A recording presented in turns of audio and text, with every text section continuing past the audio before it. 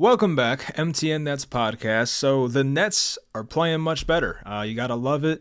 At one point, they were looking very bad. They had lost like 7 of their last 8 games. Then they had that crazy comeback win at Boston, and since then they've won 4 of their past 5 games.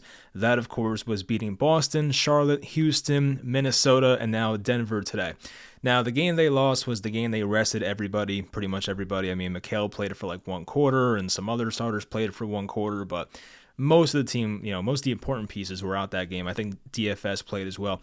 But that's their only loss, and they lost by 5 points in that game. They came back, made it a tight game at the end. I think Brook Lopez had like 9 blocks, so our old friend Brook Lopez gave it to us. But yeah, aside from that, the Nets have been phenomenal lately, and they beat a Denver team that was 30-5 at home coming into this game.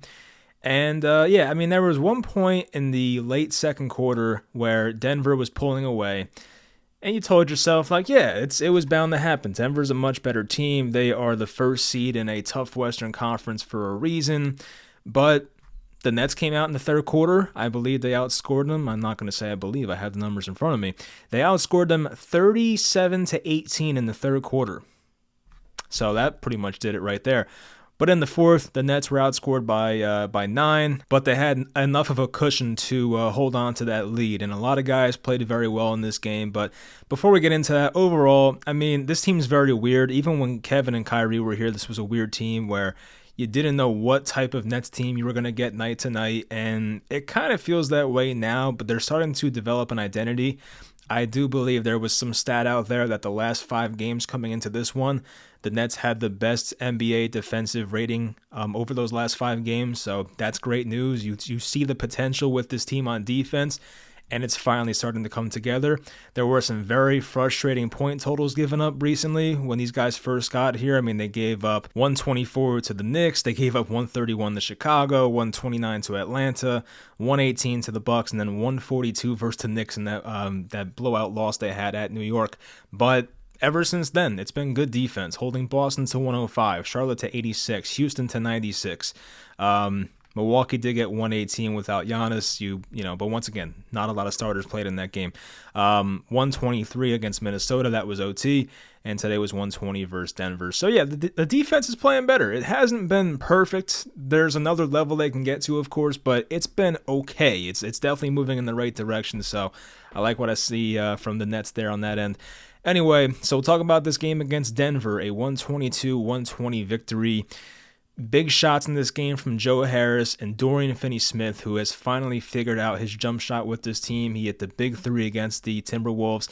And that was the one game, I think that's the first Nets game I missed all year. I think, I've missed like maybe a quarter here and there, but I usually watch all 4 quarters live. And that was the one game I missed out on. I recorded it. I watched it the next morning. I already knew the outcome, so I was kind of just watching just to see what happened. And Dorian Finney-Smith hit some big shots in that game. The Naz Reid play sucked. He should not have gotten open. He made a big shot, so hats off to him. But the Nets had that, nice comeback in overtime. I thought they were going to lose. Well, I didn't think they were going to lose. I knew the outcome once again, but it seemed like at a couple points in overtime, they were going to lose that game. So to come out victorious in that was awesome. And then today, as I said, in the second quarter, it felt like Denver was going to pull away, but the Nets, they kept it close enough where they came out of halftime and just kind of stuck it to them. So in this game, Dorian Finney-Smith was 5 of 7 from downtown. Love that. 15 points. I guess all of his points came there. He tied a career high in steals with 4, so he was great on that end as well. He had 1 block. So yeah, DFS was really good in this game. I don't know how else to say it. He was making an impact on both ends, and every time the Nets needed a big shot, he was there. There was one heat check kind of 3 he had in this game where he bricked the hell out of it, but I feel like DFS is not the type of guy that should be taking heat check 3s, but I respect it. So aside from that, it was pretty much a flawless game out of him. Cam Johnson gave us 14, 5 of 11, 2 of 6 from downtown, gave us 4 rebounds, 2 assists, 2 steals. The Nets had a lot of steals, 11 steals in this game. I feel like that's a lot, so that was pretty good from them. Mikal Bridges gave us a quiet 25, I will say. He was 3 of 8 from 3, 8 of 9 at the line, 7 of 16 overall. And the emergence of Mikal Bridges is one of the more exciting topics that Nets fans have to talk about these days. And, I heard people talking about what's his ceiling as a player, and we talk about it all the time. It goes back and forth from like Kawhi Leonard to, Shai Gilgeous-Alexander. Like, I don't know. I don't know what the ceiling is for Mikal Bridges. I mean, he's his own guy, obviously. So what can he be? I don't know. But he's looking like a very solid, like, it's either like he's a 1B or he's like just a number two, very good role player type guy. Not a role player, but just say a number two. Like you have a number one usually, like you have your Giannis and sometimes you have your Middleton as a number two. I think he could definitely be that Middleton type of guy. I don't think Mikal Bridges ever gets to like, superstardom, but I do think he's a very good number two. So I think that it was Eddie Gonzalez, the guy who does the podcast with Katie. He brought up a point and it, kind of made sense. He's like, look, the Nets are a max contract player away from like really making some noise, and I don't know who that's going to be. There is speculation about who the Nets' next star can be. I've heard Trae Young. I've heard Shai Gilgeous-Alexander. I've heard the name Karl Anthony Towns. Like there are different options out there potentially, but the Nets have a lot of draft picks to work with. It depends if they want to go full-on rebuild or do they feel like their core is good enough now to win with if they add another star. That's the big thing, so we'll see what happens there. But yeah, Mikal Bridges, it's been very fun so far. I love what I see from him. He plays every game, which I also love. It's such like a breath of fresh air as compared to, Katie and Kyrie. As great as they were on the floor, they weren't always available, those guys. So to see Mikal and usually Cam Johnson out there every night is awesome. And Cam Johnson, by the way, his it's kind of like that video. I don't know if you guys ever seen this or not. There was that funny video. It was like a soccer goalie who kept getting hit in the face with soccer balls. It was like one of those Saturday Night Live type things, and he kept getting hit in the face. I feel like Cam Johnson's like that. Like he's getting hit in the face every single game. I think he's left like the last 2 or 3 games, and it's all been bloody noses. And the guy gets hit in the face constantly. It reminded me of that weird soccer meme that I saw one time, or that soccer video thing. Anyway, Nic Claxton had 20 points. He was really good in this game. Pretty efficient. 8 of 9. Not pretty. He was very efficient. 8 of 9. Made all of his foul shots. 4 of 4. That's big for Clax. 6 rebounds. He had 5 assists. He's been having some decent assist games. 1 steal, did not have a block, so that's pretty rare for Clax. I know he blocked Jokic, that turned into an and one because he goaltended it, but Clax was very good. He got in a bit of foul trouble, so that was the one problem. And some of the third foul he picked up when Jokic was like kind of posting up or kind of backing him down near the left elbow, that was a bullcrap call. Like, I don't know what else Claxton was supposed to do. He was literally just standing there straight up, and he just got knocked over, basically, and Jokic lost his balance. And, like, I don't think Jokic has a reputation of being a flopper, but, like, there are some plays in this game where I'm like, bro, you are like 240, 50, 60 pounds. There's no way that's knocking you over. Like, I know Royce O'Neal had a play where, like, he might have, like, slightly pushed him, and Jokic fell on the floor and got Royce O'Neal a foul, who also had 5 fouls in this game. But anyway, Claxton had 4 fouls. Some of them were kind of iffy. One of them was absolutely terrible. But Claxton had a very good game. Spencer Dinwiddie, it wasn't the most efficient shooting game, 5 of 15, but he did have 16 assists. I don't remember a game where Dinwiddie has ever had 16 assists. I mean, I could be wrong, but I feel like in his first tenure with the Nets, I don't ever recall seeing 16 assists out of him, so that was great. Added 6 rebounds, had 15 points. He made some big shots, I think, too, so that was good to see from Dinwiddie. Had only 3 turnovers. I mean, okay, that's not the worst number in the world. On the bench, you had Royce O'Neal, played a pivotal role, 29 minutes.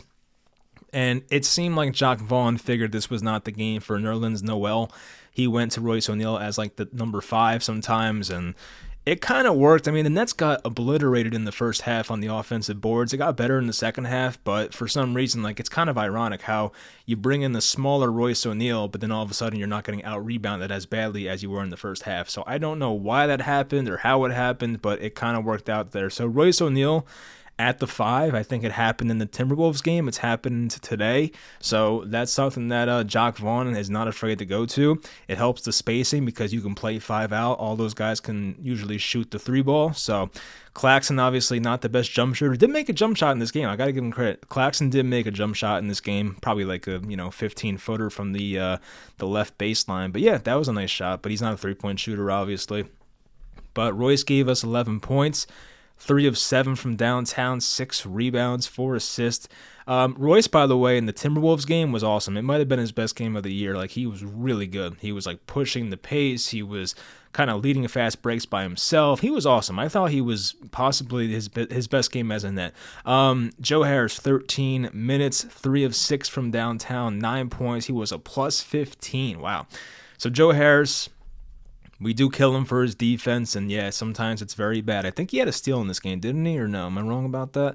He did have a steal. Yeah, a guy made a spin move, and Joe Harris took it from him. I remember that. So he did have that play. There was that one play where Joe Harris ended up on the floor, and it led to a Nuggets easy layup. So there was that.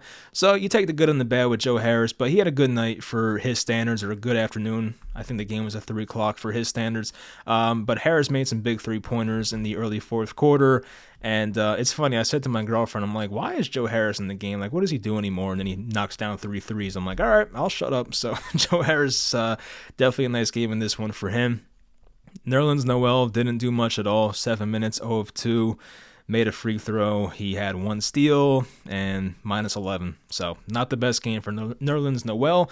Did take a charge on Jokic. I definitely have to include that. So he took a charge. That was nice to see. Seth Curry, 12 points, 5 of 8 in 19 minutes. He had 2 rebounds. He had 1 assist. Seth was all right. He had 1 open missed 3 in the corner that I really wanted him to make, but aside from that, he wasn't too bad, honestly. So Seth was, he was decent. I want to look at some of the team stats here because I feel like they're going to be interesting. You had a tale of 2 halves in a way. The Nets came out once again in the third quarter and really gave it to them out of halftime. So shooting-wise, both teams shot exactly 50% from the field. The Nuggets had 6 more shots. 3-point wise, it was almost exact. This is weird. Wow. So the Nets shot 50% from the field. The Nuggets shot 50% from the field. From 3-point range, it was 38.6% for the Nets and 38.7% for the Nuggets. So only a 0.1 differential between the Nets and Nuggets in like overall shooting. That's pretty crazy, honestly. Free throw wise, the Nets were better. They were 21 of 24. Nuggets were 18 of 24, so they were even in free throws attempted too. That's pretty weird. I don't know how this is making sense. Now, here's the part where this is ugly. The Nuggets had 49 total rebounds, 49. The Nets had 28. That's bad. That's a 21 disparity. That's pretty bad. So the Nets can't have that, but they still survived and won this game somehow. The Nuggets had 15 offensive rebounds. The Nets only had 4. And most of the times when you lose on the boards by that much, by over 20, you're going to lose. So I guess they kind of got lucky with that, but that was it's pretty crazy. The Nets had 5 more assists. They also had 7 more steals. That's going to help out a lot. The Nuggets had 8 blocks to our 2. Wow. Nets only had 10 turnovers. Nuggets had 15. And points in the paint, the Nuggets outscored them 56-34. So that was a problem as well. But yeah, they go on to win this game. And it kind of was awkward seeing Bruce Brown play for the Nuggets. I think this was the first time the Nets played them all year. Of course, Jeff Green, we saw him with Denver last year, but I hate it. I think those guys should still be Nets. I mean, they were more built for the Kevin and Kyrie era, but like still, I mean, I kind of miss those guys. I think DeAndre Jordan's on that team too. I want to look real quick. Yeah, he is still there. Wow, DeAndre Jordan's still in the NBA, 34 years old. So, yeah, they have 3 former Nets out there. That's pretty funny. But, yeah, this was an awesome win.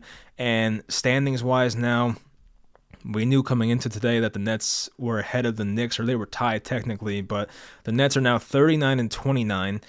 I believe when Kyrie got traded, they were like 30. I think they were like 11 games over 500. So now they're 10 games over 500. They're almost back to where they were when he left. So that's definitely good news. They're getting back to what they were. The Knicks right now are a half game back. I do think the Knicks play tonight versus the Lakers. It might be on right now, actually. So we'll see what happens there. I don't think LeBron's playing, obviously, so they might win that game. We'll see. But I do believe Brunson's still out for them. The Knicks have dropped 3 straight. The Nets are 3 games back of the Cavaliers. I would not expect to catch them, of course, but you never know. This Nets team might get hot at the right time. Who the hell knows?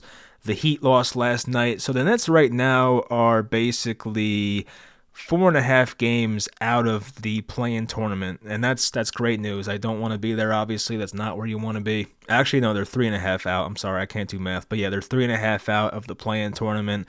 Obviously, if you're a top 6 seed, you don't have to be in the play-in tournament. I would hope the Nets can avoid that. Like last year when the Nets had KD and Kyrie against the Cavs in the play-in tournament, I didn't have much of a concern. I'm like, look, they're probably going to win that game. I mean, it's one game, they can win it. But this time, like the Nets team right now, it's kind of weird. The Nets are a weird team night to night, so you don't know what to expect. So I'd rather get a top 6 seed and not worry about it. I would love to play the Sixers. I'm probably going to regret saying that, but I would love that matchup just for television purposes. And I think the Nets actually might match up with them kind of well. So, you know, I hope Ben Simmons is back for that. They gave us an update on him today. And the update was that there was no update. He still has some back inflammation. They're working on it, so I guess we'll see what happens with Ben Simmons, but it's definitely frustrating. I feel like a healthy Ben Simmons with this group would be so good, but unfortunately that's not the case. But yeah, as I said, 4 out of 5, feels good. This week they play at OKC on Tuesday. Then they have a home stretch of 4 games versus Sacramento, Denver again, Cleveland twice, and then they go on the road at Miami. So yeah, they have, once again, a pretty tough schedule to end the year. You have teams like OKC is, very good offensively. Sacramento's had a really good year. Denver, of course, first seed in the West. I don't know if we're going to beat them twice. We'll see what happens with that. Cleveland back-to-back. You have a game at Miami. That could be big for staying out of the play-in tournament. And then towards the end, you have some easier matchups. Like Orlando is not that great record-wise, I don't think, but they always give teams a tough matchup. They're kind of low-key competitive, but I would not say that's an automatic W. They play the Rockets again. That's nice. They play Atlanta. They play Utah, Minnesota, Detroit, Orlando, and Philly to end out the year. So, yeah, I don't know what's going to happen. They definitely have exceeded my expectations in the past 5 games, so hopefully it stays like that. I think last year this team had 44 wins, so if they can get past that, that'd be nice to, be better than this team that last year at one point had Kevin, Kyrie, and James Harden, so that'd be pretty interesting. But anyway, that's going to do it. Hope you guys enjoyed the video. I'll probably talk to you guys, let's see, maybe next weekend, probably after, maybe a week from now. I think, yeah, we play Denver 3:30 next Sunday. Maybe after that game, I'll do a bit of an update, but we'll find out what happens. I hope you guys enjoyed, and I'll talk to you guys next time.